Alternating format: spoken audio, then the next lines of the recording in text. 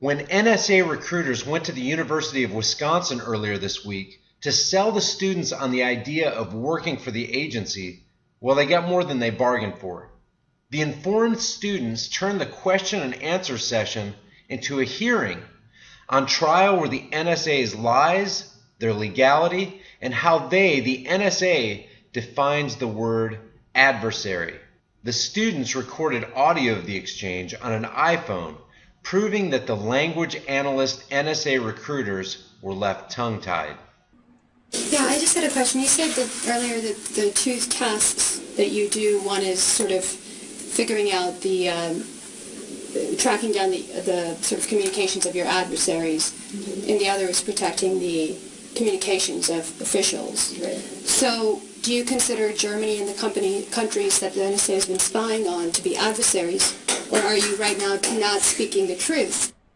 I mean, do you consider Germany, etc., an adversary, these European countries, or are you right now not telling us the truth and lying when you say that actually you simply track you keep focusing on that, but clearly the NSA is doing a lot more than that, as we know.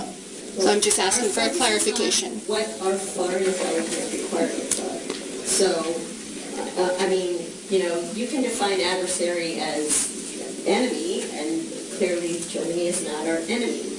But would we have foreign national interest from an intelligence perspective on what's going on across the globe? Yeah, we do. I mean, that's our requirements that come to us as an intelligence community organization from the policymakers, from the military, from whoever, are global. So the adversaries, you actually mean anybody and everybody. There's nobody then by your definition that is not an adversary. Is that correct? That is not correct. Who is not an adversary? Well, okay.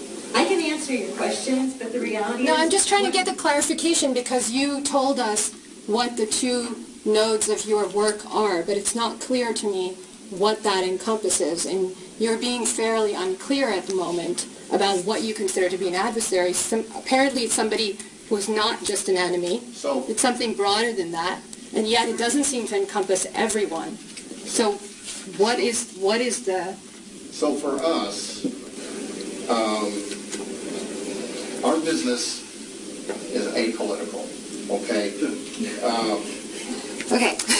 We do not generate the intelligence requirements. They're levied on us, and so if there is a requirement for foreign intelligence concerning this issue or this region or whatever, then that is, if you want to use the word adversary, you can, we might use the word target. That is what we are going after. That is the intelligence target that we are going after because we were given that requirement. Whether it's adversary in a global war on terrorism sense or adversary in terms of national security interests or whatever, that's for policymakers, I guess, to make that determination. But we respond to the requirements that we're given, if that helps. And there's a separation. The language analyst, we work in the SIGINT side of the house. We don't really work on the information assurance side of the house. That's the guy setting up protecting our communication. Yeah, I guess I'm surprised that for language analysts, you're incredibly imprecise with your language, and it just doesn't seem to be clear. So adversary basically is what any of your so-called customers, as you call them, which is also a strange term to use for a government agency, decide. If anybody wants, any part of the government wants something about some country, suddenly they are now internally considered or termed an adversary. I mean, that's what you seem to be saying.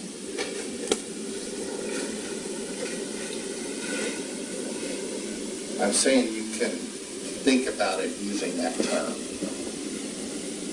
But the reality is it's our government's interest in some aspect of what a foreign country is doing. Right. So adversary can be anyone. As long as they levy the requirement on us through the right vehicle that exists for this, right, and that it is defined in terms of being a foreign intelligence requirement, there's a national framework of foreign intelligence. What's it called? Yes, yeah, the National Prioritization of Intelligence Framework or whatever, that determines these are the issues that we're interested in, these are how they're prioritized.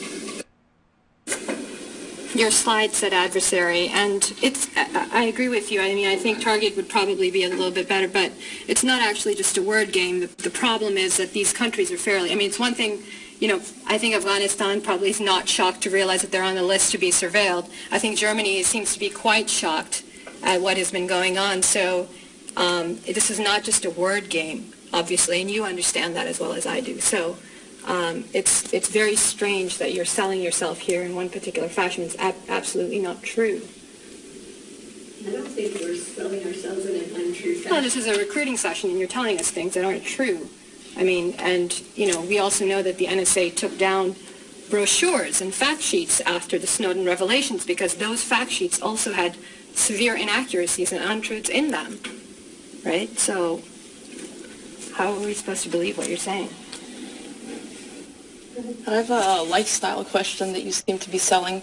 It sounds more like a colonial expedition. You know, the globe is our playground was the words that you used, the phrasing that you used. And, you know, you seem to be saying that you can do your work, you can analyze said documents for your so-called customers, but then you can go and get drunk and dress up and have fun without thinking of the repercussions that your information that you're analyzing has on the rest of the world. And I also want to know what are the qualifications that one needs to become a whistleblower, because that sounds like a much more interesting job. And I think the Edward Snowdens and the Bradley Mannings and Julian Assanges of the world will prevail ultimately. I'm not sure that, I mean, I think the question here is, do you actually think about the ramifications of the work that you do, which is deeply problematic, or do you just dress up in costumes and get drunk? That's why in the context, when I was talking about reporting information, the intelligence that we get and reporting it in the right context is so important, because the consequences of bad political decisions by our policymakers are something we all suffer from, right? And people suffer from the misinformation that you pass along, so you should take responsibility as well. And we take it very seriously that when we give information to our policymakers, we do give it to them in the right context so they can make the best decision with the best information available. And that's why we don't just tell them this happened. Is that we what tell them. Clapper was doing when he perjured himself in front of Congress? Was he giving accurate information when he said we do not collect any intelligence on United States citizens? And, oh no, it's only occasionally, perhaps unintentionally? Or was he perjuring himself when he made a statement in front of Congress under oath that he later declared to be erroneous or the least untruthful answer? How do you feel personally having a boss who's comfortable perjuring himself in front of Congress? There is not General Clapper. Oh, well, General Alexander also lied in front of Congress. I don't believe that he did. Well, probably because access to the Guardian is restricted at Department of Defense computers.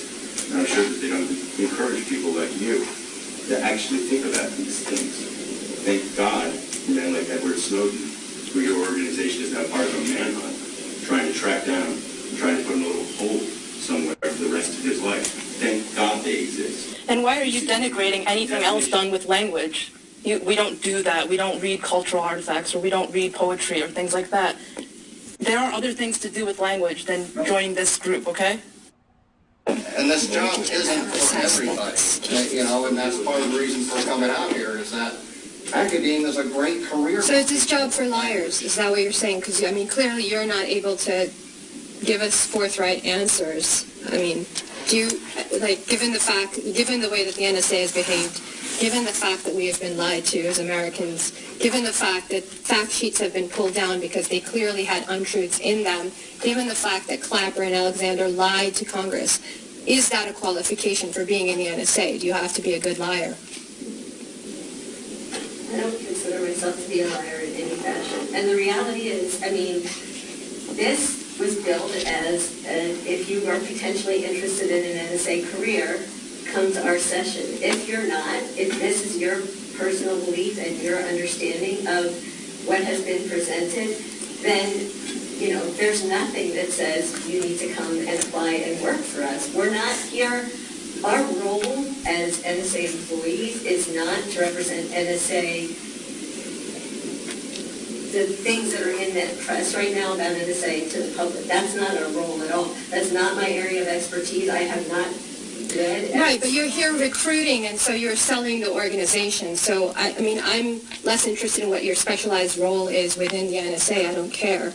The fact is you're here presenting a public face for the NSA, and you're trying to sell the organization to people that are as young as high schoolers and trying to tell us that this is an attractive option in a context in which we clearly know that the NSA has been telling us complete lies. So I'm wondering, is that a qualification? I don't believe the NSA is telling complete lies. And I do believe that, you know, I mean, you can read a lot of different things that are portrayed as fact. And that doesn't make them fact just because they're in newspapers or intelligence reports. That's not our purpose here today. And I think, you know, if you're not interested in there are probably people here who are interested in a language career. The trouble is we can't opt out of NSA surveillance, and we don't get answers. So we actually, you know, it's not an option. You're posing it as a choice, like, oh, you know, people are interested in just sit here, and those of us who are not interested can leave. If I could opt out of NSA surveillance and it was no longer my business, that would be fine. But it is my business because all of us are being surveilled. So we're here. That is not our so that is not our business. That doesn't seem to be incorrect given the leaks, right? And you are not able, the NSA has not been able to actually put out anything that is convincing contrary to that.